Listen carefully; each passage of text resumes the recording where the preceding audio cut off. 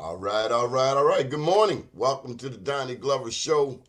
We're here with the one and only Greg Branch. Top of the day to you, Mr. Greg. How you feeling? I'm doing pretty good, Donnie. How you feeling today? Man, it's a beautiful day in the neighborhood. All day. Yes, sir. How was your weekend?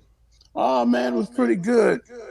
I was up in Chester, Pennsylvania, boy, just looking at the sights up there, man, and up in Philly. So it was pretty nice up there. In Philadelphia?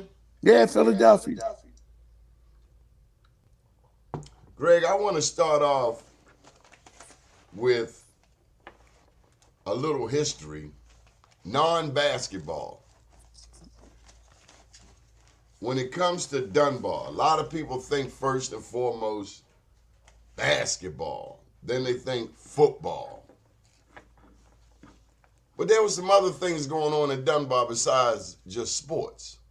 Yes, I mean, I think of Tiger Davis, no who went question. on to be a delegate. Before that, of course, he was a veteran, served Hmm. in the military. I think of Senator McFadden also. Right. Sorry, love, we're on the air, okay? When your own team forgets you're on the air. Senator McFadden, he went on to be a big time leader in the Maryland General Assembly. Tell me some non sports history that you reflect on when it comes to Dunbar. Well, you got to look at one of the first black billionaires, Reginald F. Lewis, and he was definitely an icon. I think the first black nurse in the state of Maryland was the Dunbar graduate. And Dunbar Uh, was the first all black high school in East Baltimore. So I think it's the second black high school in the city. I Douglas and think it then is. Dunbar. It was Douglas and Dunbar. And So then here's some see, other trivia. The Dunbar in DC is actually older than the Dunbar in Baltimore, if I'm not mistaken. exactly. And the Dunbar DC, they call themselves the Crimson Tides, right after Alabama. So, you have the Dunbar, Lexington, Kentucky. It's so many of the Dunbars, and we're dealing with different colors. But when we look at Dunbar High School, we take the note for Baltimore. Baltimore is the Baltimore Dunbar. That's why Baltimore is on your hat. So, okay. School me. You bring to mind, I was in Louisiana, in New Orleans. This was the year Freddie Gray, 2015. And I saw something, Greg, that blew my mind. In New Orleans, I came across a high school that was named, and this is slightly off the path, it was named after Harriet Tubman. Oh wow. And just in my research, I never read anything about Harriet Tubman in Louisiana. I know she was in South Carolina, and I'm not doubting whether or not she's been to Louisiana. I just found it so fascinating that there in Louisiana, they had a school named after Harriet Tubman. That far south, that far away from where we would normally hear stories about Harriet Tubman. Like when I went to Canada, I learned actually from some white kids up there how Harriet Tubman had property in upstate New York. Mm. Houses in her name. Well, see, I wouldn't doubt it. I mean, because when you look, I think whether anything north of Maryland was what free. Well, really, they were still slaves, but they were just managed a lot. It was managed better than in the South. So when you look at that, they could buy land and do all kinds of other stuff. So learning that, I'm not amazed. To get back on Dunbar, though, Donnie. Honestly, when I was in Vegas, wearing that hat and stuff, I didn't know that there was a Dunbar in Chicago. There was about 5 people who approached me saying, "You're from Dunbar, Chicago?" I said, "Really?" Didn't know it.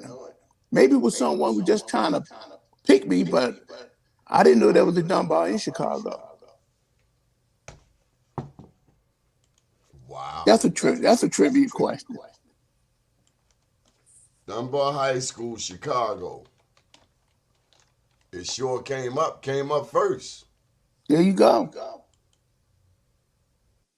Dunbar Vocational Career Academy, public 4-year VOTEC in Bronzeville. Bronzeville is Chicago's Black Wall Street. It's Chicago's black community. Wow. Now, I didn't know that part. That's actually in my book. Dunbar, Chicago opened in 1942. Secondary VOTEC State School. Starts at the 9th grade. Wow. I wonder what their colors are. Yeah, me Colors too. are blue and yellow.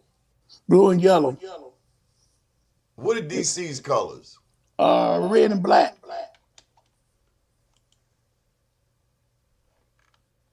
Red and black. Okay, I see it.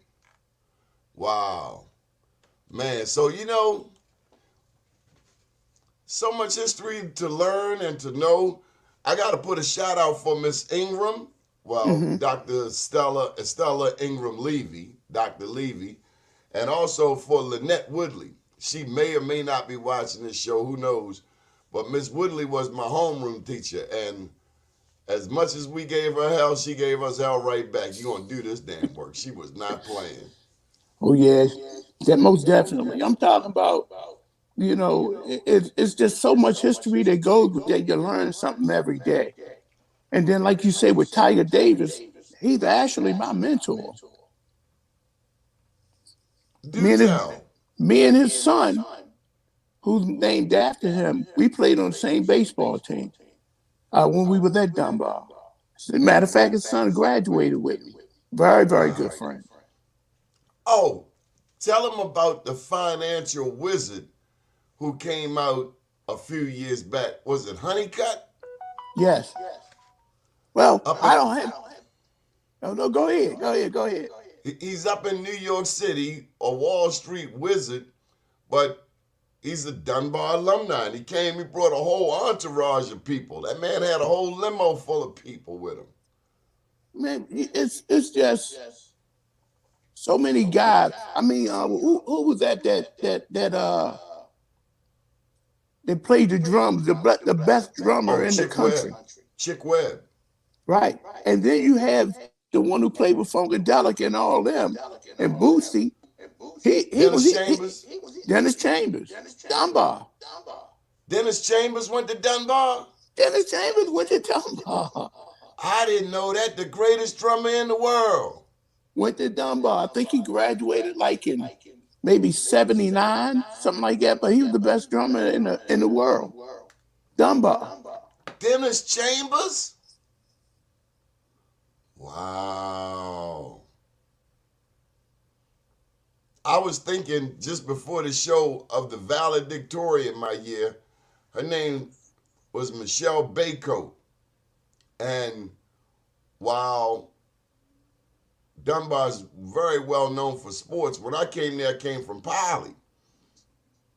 And so for me at Poly, it was all about the academics. But I get down to Dunbar and I find out who the academic geniuses are or were at that time. And Michelle Baycoat, she went on to be our class valedictorian. But these are stories that are not often shared. And it's important to me, Greg. I'm watching mainstream news this morning, and they do a story on somebody, whatever. But without shows like this, without black media, we never get to tell our own story about our own heroes. I get tired of watching the news to see about other people's heroes. I want to know who our heroes are. I want to know who Greg Branch is. Well, Greg Branch is an ordinary guy who lives an ordinary life, who's was married to a beautiful woman who, she's gone on to the Lord, and who is happy. And I'm a happy guy who, loves to do what I'm supposed to do, and that's help the community and do what I can for my fellow alumni, because that's where it started at, being a Dunbar poet. So that's why that school means so much to me. Tell us about the Tally Ho Foundation. Well, once my wife had passed, I wanted to build the foundation in my wife's name. Hey, look, can And we keep that camera still? I want you to set it on something so you ain't got to hold got it, it. because that's a headache. So it was more like trying to do something for her now. So, and that's what I did. I just basically filled that foundation, did what she wanted to do, wanted me to do, and what she was doing, and took it from there. And it just snowballed and got bigger. And and that's what it was all about. Just, you've taken so much where the school and other people have helped you. Time to give back. That give back part right there, I need to hone in on that. When I think of, and I was having a discussion, I don't know how I got into an argument. I was telling this guy that when it comes to giving back in the NBA, for me, I love LeBron James give back. And the guy wanted to go into, about him on the court and crybaby and this and that. I'm like, man, damn all of that. Look at his give back. When I look at Deion Sanders in the realm of HBCU sports used his celebrity just like you use your platform to give back to a black school. We don't see that. And now that Deion has done that, it's changed the game. Then, I would say as a result of that, now this year, I saw for the first time ever a HBCU All-Star game. Right. And see, these are things that's long in awaiting. We should have been had that. So I totally agree with you, Don. But see, what history tells us this. When you was talking about the stories and we just getting them, someone had told me a long time ago that history is their story. But and that's HIS, that's his story. But my story is a mystery. I got to explain my story. I lived my story, but I got to explain it to people because some people don't believe it. I'm watching Fox News this morning, and they bring on this guy who's been to every Oriole game for the past 50 years, opening day. Right. Oh, that's nice. But after watching Fox do all of the fugitive slave reports, all of the fugitive reports where they got black man after black man after black man who's running from the law. When I watch Fox, I don't get the impression that black people contributed anything constructive to society. And that's why we need shows like this. Well, that's the way they try to make us look. They try to make us look that way. And that's why I brought up about history and mystery. And when you look at the two, our story is a mystery. I mean, we got so much talent, so much achievement in schools that people don't even know about. Even our history is tainted. Did you know Julia B? Julia B was my principal down at Dunbar. I was there at Julia B's last year. Uh-huh. So all I got was stories of Julia B. Woodland. And then we had Dr. Elsie Gladden for my final year. So Julia B. for the 11th grade and Dr. Gladden for the 12th grade. Tell me about Julia B. Woodland. Why was she so legendary? She was legendary because Julia B. was the mother of the school. And what it was she was taking that era of she. Well, put it this way, she was in that era where when you weren't at home and you was in school, she was the mother, and it was just man, she was a remarkable lady. It was all about academics. It was all about if you was having problems, you could sit down and talk to her about it. She got it done, and everybody loved her. I mean, and that's why we call her the mother of Dunbar. Because, but in other time, after I left, Elsie Gladden was the same way. He was a strict person, but at the time, he was a lovable guy. And every now and then, even with your parents, you got to put that hand in and she smack it to let you know you did bad. But you know not to do that again. You And remember Gladden? I remember Gladden. I used to go down there when I was coming from college. I would come down there and see if there was anything that I could do to kind of help out. Really? Yeah. He wore a white lab coat all the time. Yeah, he did. I forgot about that. Yeah. Man, when ever since I graduated Dunbar, I went back there and I would see and make sure that they was okay.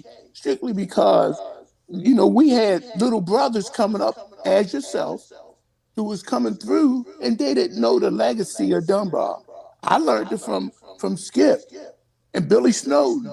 Them guys, when I was there at Lombard, that's what made me want to go to Dunbar. I had Mount St. Joe. All them other guys want me to leave and go to Mount St. Joe or Cardinal Gilman or Gilman. I wanted to go somewhere where it was going to count. It was all about being with my own and doing my own thing. So I'm just saying, man, Dunbar has a very big importance when it comes to my life.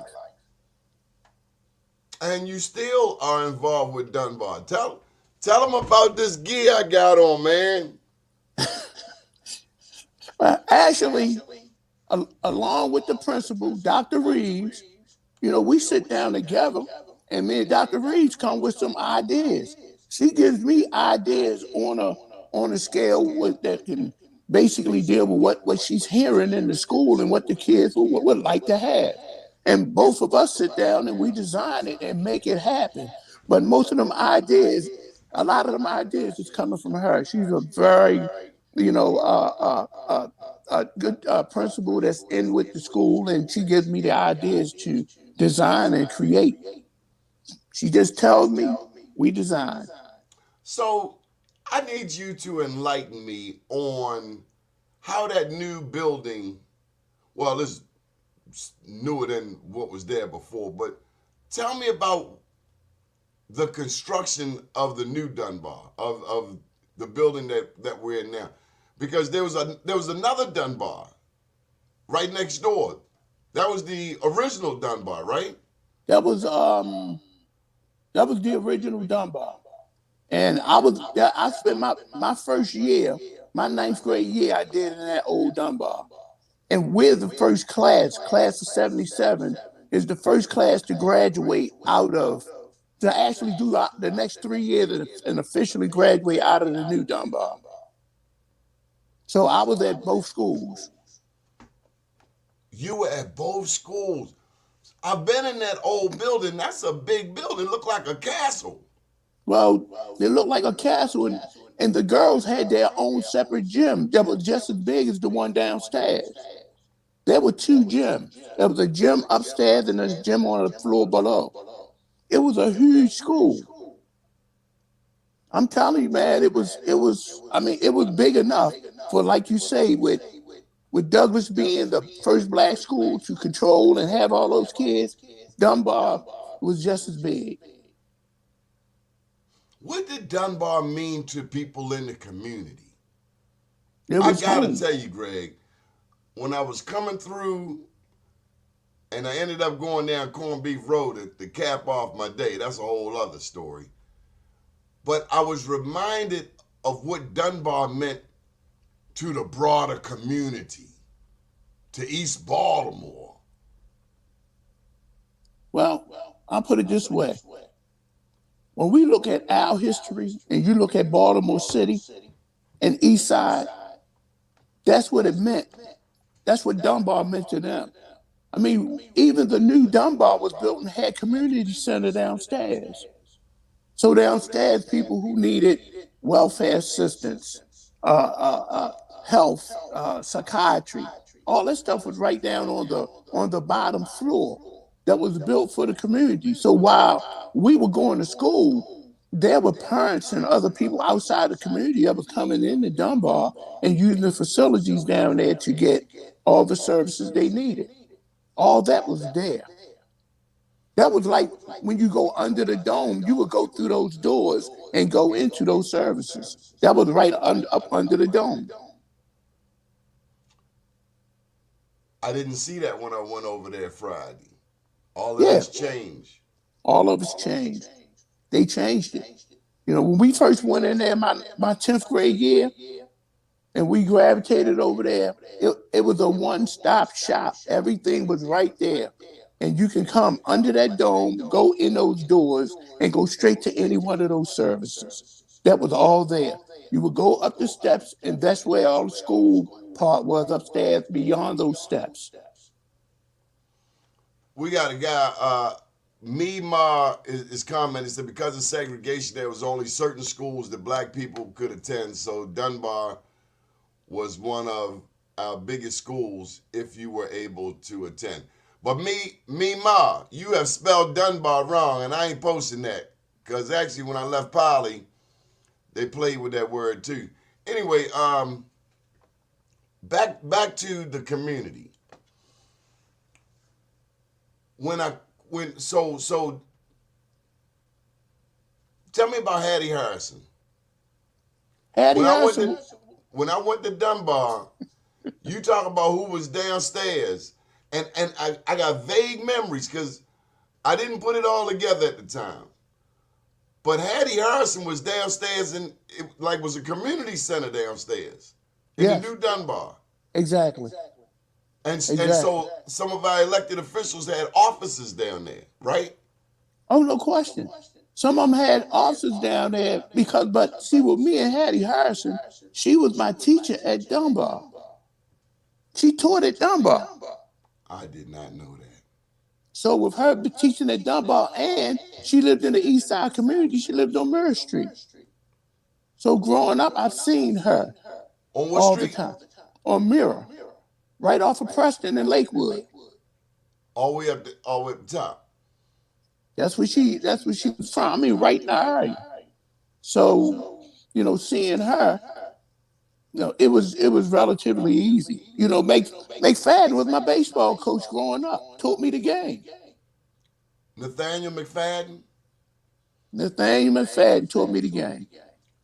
Delegate Clarence Tiger Davis has shared so much history, even history that I've included in my book. Got to plug the book, I Am Black Wall Street. But damn it, when we were out there at Martin's East, I got Senator McFadden right here to my left. There wasn't a person I could call on that he didn't have at least a one-pager of information on the top of his brain about who they were. Senator McFadden is a walking encyclopedia of East Baltimore history, to say the least. No question. Because he knew everybody. He was involved in everything. When it came down to helping people, even like you say, little kid like myself, nothing to do. He formed a baseball team and I played for him. He brought it out. Wow. That was him. So these are things that people don't know. Clarence Dewburns, he lived down the street from Hattie. Same area. Baltimore's first black mayor. Right. Matter of fact, he was the janitor guy down Dunbar. The towel guy. Yes, he was. See, and with that history, but Tiger he has gone far back than what you've even went through. At Morgan, he was an icon. They all knew him at Morgan. I mean, I've seen some things with him. Incredible. He's my mentor. Tell me about Bob Wade. Oh, you mean my father? Tell me about Daddy. Well, I'm telling you that wildness when I came to Dunbar, and he came a year after, he took all that wildness that was in us and got it out and have us start thinking about the future, what we were going to do. So he's definitely a disciplinarian, but a lot of kids don't understand it when they're young, but after you graduate and you get out into the real world, it all focuses in on all the stuff that the teachers and everyone that was teaching you down there. And that's what, made a lot of guys go on that the right path. So no, Mr. Wade is everything to me. So, your career. You said McFadden taught you baseball. Where'd you go with the baseball? Well, with the baseball, I went on to uh, go overseas, go to college, leave college because I got married at a very young age. Go to college, leave there, go overseas and play it overseas, come back, had a stint to play with the Minnesota Twins, which I did for a small stint. I played in the system with them, minor leagues. Then I came up to the majors for a short term. Didn't get a bat. Didn't get a bat, but it was about me being there and achieving what I wanted to do that so many haven't achieved. And it took me there. And from then on, after that was over with my career, went on to be a scout for the last 25 years for several Major League Baseball teams, and I'm still affiliated. Did any other Dunbar poets play baseball, pro ball? There was a guy, I think his name was Gilliam or whatever. He played in the pros. Matter of fact, with the Orioles. I hear about this guy like back in the '60s was the man, from what I heard. And when I talk about certain guys, there's a lot of guys. You got Bernie White. They could have easily went pro, but he wanted law enforcement. So you had there's so many guys, man, that wanted to. They could have took the same avenue that I did, or take the same road that I did, but they had other things. And I'm telling you, Bernie White could do it all: football, baseball. He could play basketball if he wanted to. These were sheer athletes that were down at school.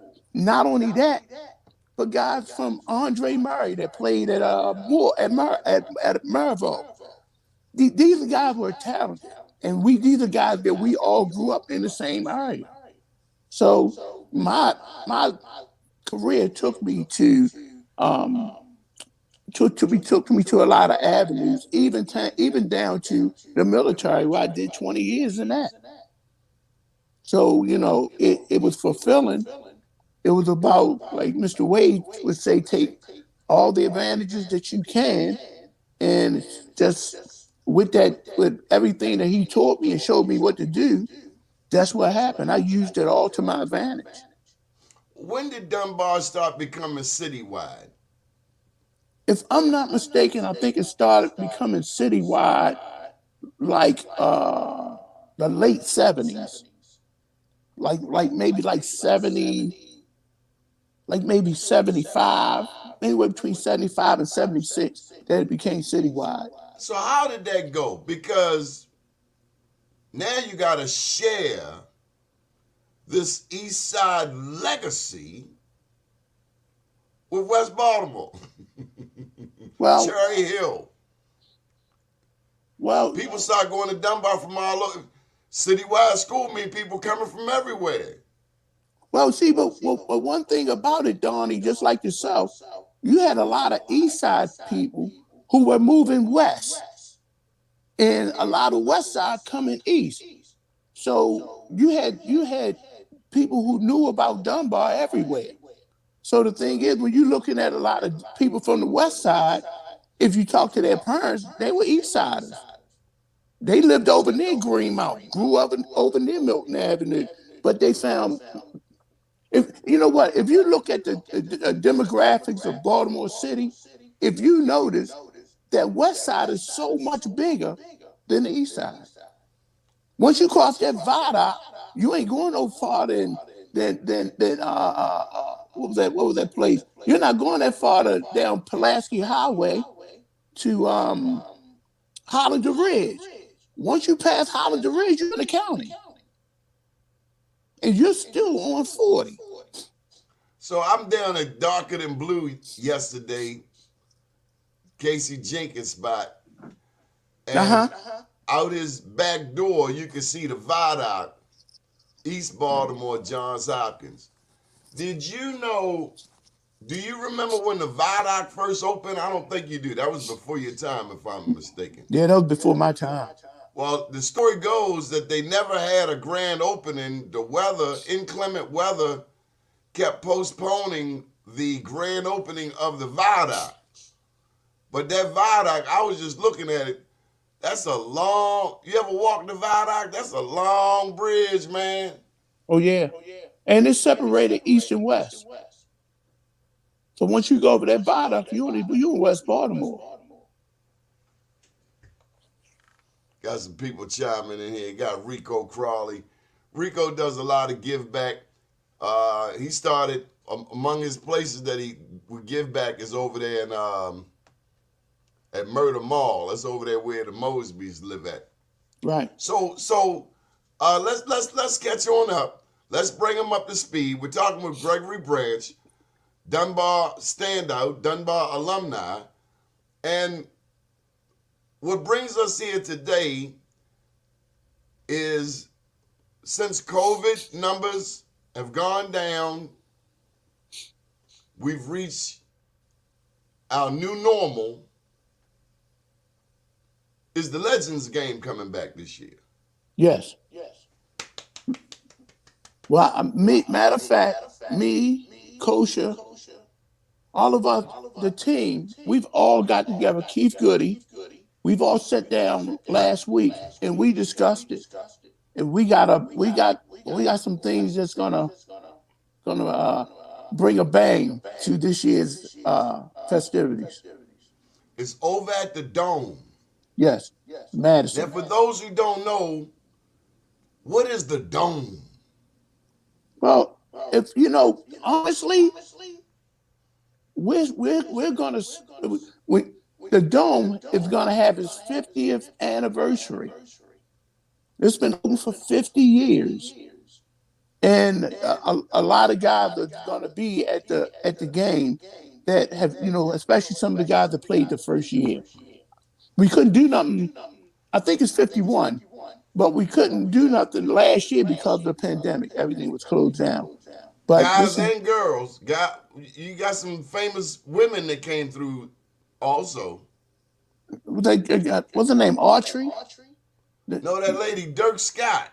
Oh, man, you got Dirk Scott. You got Dana Johnson. You know I never heard of no Dirk Scott before I met you, man. Dirk Man, Scott you got me sitting down next to Dirk Scott, getting all kinds of history. Man, I felt like Bobo the Clown. Dirk is the Muggsy Bogues of women's basketball, and she played at Mercy. Just as humble, man, just good as gold. Approachable, good as gold. You know, these are guys, Donnie, and you're looking at their status quo of what they did and the highlights that they did. And they'll sit down and talk to you about anything. Like they're regular, ordinary people. I mean, it's just that people put you on that probe, but she's always been a regular person. Tell me about Al Leslie. Al Leslie got some history too. That's something else you threw me in the middle of. Next thing I look up, I got all of these giants around me. Everybody knows who they are but me. Then Al Leslie show up. Al Leslie, man, they talked about his vertical, man. Man, when you look at some of these guys, especially Al, poetry in motion. You know, you're watching those guys. You're watching those guys who took. Did we lose him? Did we lose you, Greg? We may have lost Greg for the moment. Oh, there you go. There you go. Yeah, you see those guys like Al Leslie and Skip and all that. They was before their time. I mean, these guys they were doing, magical stuff. I mean, look at Kosher. Kosher was doing stuff, man, that was incredible for a little man. Muggsy. These guys, and there was guys that was way before, who started the way before, that we were looking up to. So it ain't that we created the game. We just took a piece of their game and added it to ours. So look here. When I got to Dunbar, I was not gonna start on the basketball team or the football team. I actually found myself in the wrestling room. Ooh. First person I met, come to find out he was my cousin's best friend, Anthony Dunaway. Yeah, Anthony Dunaway, legend. He told me shoot. And wrestling, shoot mean kind of like on the streets, you're going for the bus. Mm-hmm. You're going down low, trying to take a cat's legs out. He said, shoot. I went to shoot. Anthony Dunaway put a knee in my chest that knocked my lights out. And I was like, what a dirty thing. What a dirty move. Anthony Dunaway. Those guys were magicians. You know what they came out of? McKim's. Yep. Came out and of for McKim. those who don't know, now I went through there and I saw the McKim's building still there, but they got some old other new stuff, Ronald McDonald and all of that. What's going on right there with McKim's? Well, I think they were saying someone kind of bought that and they're gonna redo all that stuff. But but like you say, last time I went there, it was still there. But it's still there, but they got right. some new buildings over there too. Right. That Ronald McDonald thing, it's there. It's doing a lot for that community. They bringing a lot of stuff into it. So it's a good thing. It's really good for that area. My big concern has always been with Dunbar, an historic black institution right next door to Johns Hopkins. My concern has always been how Dunbar maintains with this massive institution called Johns Hopkins right next door. For instance, now they got parking meters at Dunbar. Right. And I'm actually insulted. Yes. I'm insulted that you would put parking meters at a Baltimore City high school. Don't Hopkins have enough places to park? What happened to parking for my educators, the people involved at Dunbar? You gotta pay to park at Dunbar? Who allowed that? Who was asleep at the wheel? Mm-hmm. It needs to be undone. It's uncivilized and very disrespectful. Yeah, they're parking meters. And you sit back and you go around and look at some of the other schools. Nobody had that crap going on. It ain't there. But it's there. So, Greg, I'm reminded that the fight never ends. No. I mean, fighting every day. We make progress over here, and then we got to go back over there because they come kind of like keeping rats out, keeping mice out. Mm-hmm. No soon as you get something over here, then you got to go back over there. That's right. So time, you get the sugarcane field, they redo the field, and next thing you know, they over here trying to put parking meters. It's like, do you people ever go to sleep and just stop the foolishness?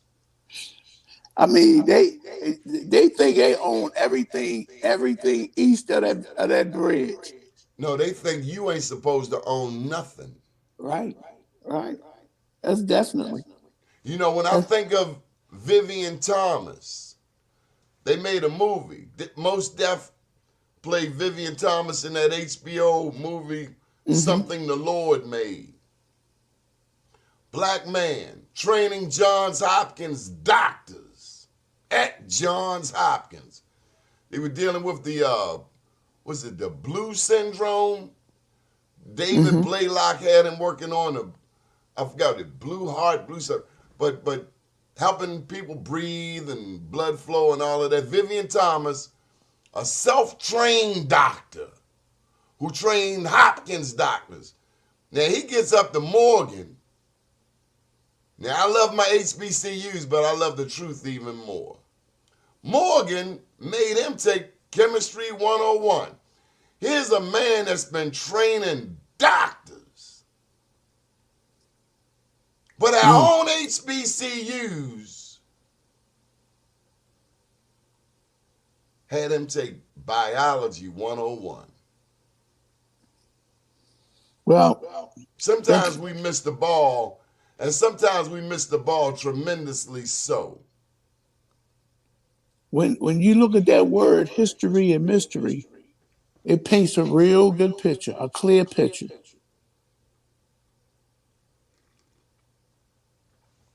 Could you imagine going to another school? If you had to go back, would you like chosen a private school, a Catholic school? Well, I'm gonna tell you this, Donnie. I try to sit on every board down at school. I sit on every board, have a good rapport with the principal, with the advisory board, the whole 9 yards. And if that's no one that's committed, I'm committed to that school. It's the best thing, the best move I've ever made was to go down to that school. And Dunbar, I bleed maroon and gold, buddy. So that's how I look at it.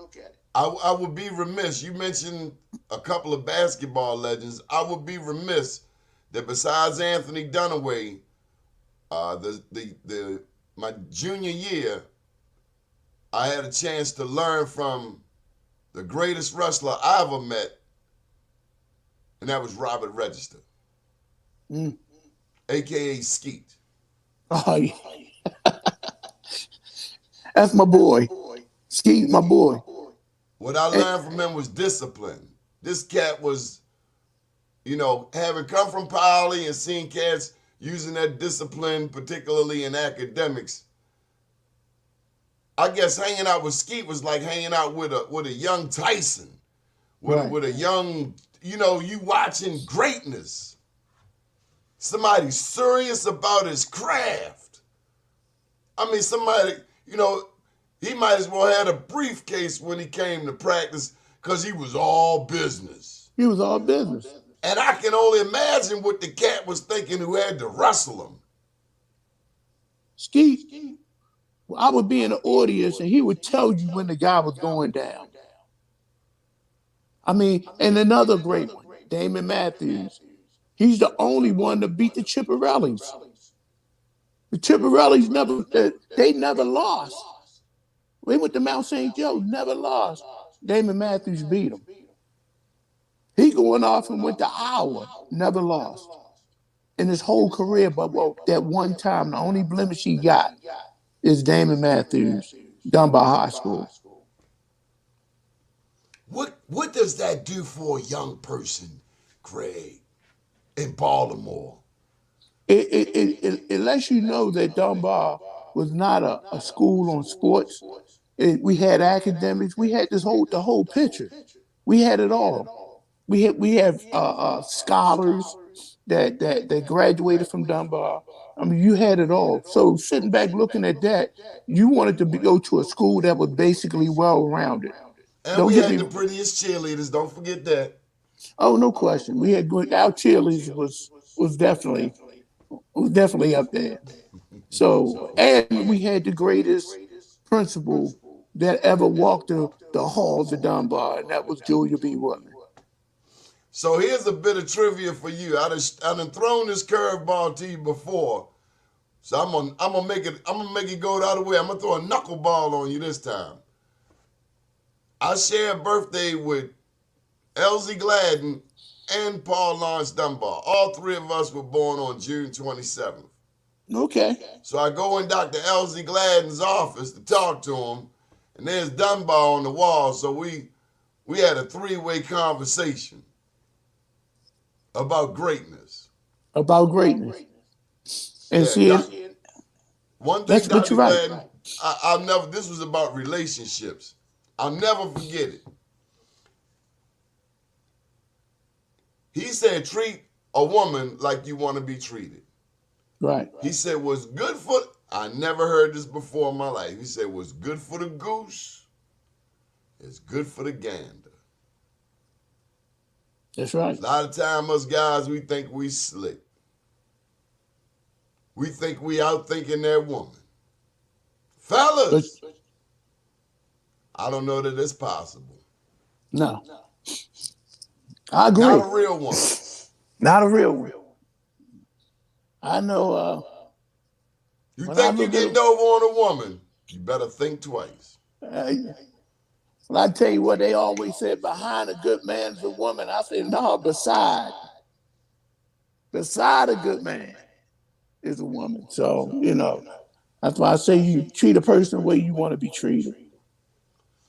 So, do we have a date It's on going to be the Legends game? It's August the 6th. We August the always do it 6th? I think it's my grandson's birthday, August 6th. How can people be a part? Is there any way to be a part? How can people support? well, honestly, to support is just to come there, be there, have a good time, and let us show the all bigger companies like Nike, Adidas, and other ones that we got something that we can call our own. Just like the Rucker League. The Rucker League, they got their own and they do their own thing.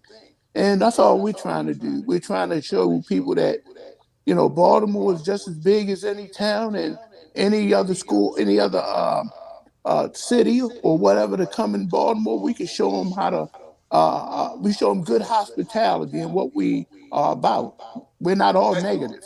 hey, let me tell you something. Now you're getting to my department. Is your sister cooking? Well, my Damn sister, all the basketball. I'm all for that. Is your sister cooking? my sister right now, I mean, we're talking about her cooking because she just had some surgeries on her hand. But Oh, Donnie, she will definitely make yours. You know that. If she knows you're gonna be there, Greg, you're gonna have your meal. You know that. Greg, the string beans. The string beans. Like, we ain't even get to the fried chicken. I'm just talking about the string beans. She put a foot in it. Southern hospitality, buddy. That's what you call it. No, for real. I done been places and they said they got Southern hospitality. Greg, Greg, I ain't gonna lie. I like the basketball, but I love your sister food more.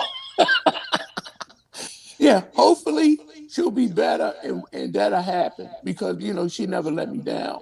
But I'm looking at her health. But other than that, we're gonna have she'll definitely do yours, no question. But I'm gonna tell you the food is great. But She knows Greg, it. also the macaroni and cheese. The macaroni and cheese. It ain't Greg, my mama been gone 37 years. When I taste your sister macaroni and cheese, it's got more cheese. The I'm pizza telling you, bowling, man, she got the triple mix in there. It's got the cheddar. And she know some how to people do know it. to put that Velveeta in there. And it's all, oh, Boy, wow. when you see that Southern half hospitality and you put your head down, you can't believe what you're tasting. I mean, DC was doing a man. I'm gonna tell you, Stacy Robinson. He goes there. He say, "Man, I be telling them guys, we come here to eat." So Tell, but like tell I'm them saying, about Stacy Robinson. oh man, Stacy and Skip, that was his boy, and Stacy would tell me stories that he would come all the way to DC to pick Skip up to come play. So you're looking at Baltimore and DC always had that good rivalry where it was there, but But honestly, we camaraderie too. exactly, and like you say, they're our sister city. So we have a good time, and especially man with You were there with that triple overtime. The last one with the basketball from the people from Pennsylvania came down. So we're looking at Pennsylvania. People contact us from New York who want to come down and play. Of course, we got definitely got DC, and we're going to have the safety. So maybe we can get some of these CIAA people to come. Oh, We no just had the question. CIAA here in Baltimore. Bowie is the only school from Maryland in the CIAA. But we can't wait till next year to get this CIAA thing cooking. You know what I mean? We got I to get agree. some stuff going now. See, I agree because a lot of the advertising was only through word of mouth. We didn't. I didn't see much on TV or anything about advertising those games were going to be there. So I think this year was it was pretty good. But next year is going to be a whole lot better because people know about it, and I think someone there's going to be more advertising for it. I want the young people from these games to be down there front and center learning about these HBCUs down at the arena. Oh, no I don't want to question. hear about these millions and millions and millions and millions and millions of dollars people got they done made. I want our young people down in them empty seats at them games. True. This is a basketball town. I want Bob Wade as the event grand marshal. Hey, guess what? If you don't know, now you know. You can't come to Baltimore talking about basketball and you ain't got Coach Bob Wade there. That's just like going to the Catholic Church with no Pope. Hey, guess what? My dad ain't gonna let me down. He's already on. He's on board. There's gonna be a lot of guys who are on board. Woody Williams. Al Hutchinson, he runs Baltimore Visitors. Make sure Al Hutchinson gets to see what the real deal is. You can't do a basketball event in Baltimore and not pay homage. It's taken me years to learn about these legends from you. So you're just Oh not gonna man. come in here and get this stuff. And hey, look, I'm over here in West Baltimore. Don't get my head bashed in. Please tell them about Chew Smith. Man, choose the look. Who's on the mic? You can't take the mic from Chew Smith. When he's up there, no matter what he do, he makes sure he's there. I've seen him fly in, just like I seen Sam. Sam Cassell, I seen him fly in. It was only one that he missed. But Sam is always there. I talked to Muggs. Man, we're one big happy family, man, and whatever it takes for us to come in to help one another, this is what we're gonna do because it's ours. I gotta throw in two more names at you because I went to school with them. Hugo and Mike Brown, Superman. Superman, like, whoa, tell me about Hugo, Gerard Marble, and tell me about Mike Brown. Superman. Well, I'm gonna tell you, man, I have personal relationships with both of them. Cause with Hugo always called me and always give me enlightened words. He always been that type of guy. Not only that, but Hugo, I can call Hugo on the drop of a dime and he's there. Mike Brown, man, Mike Brown is married to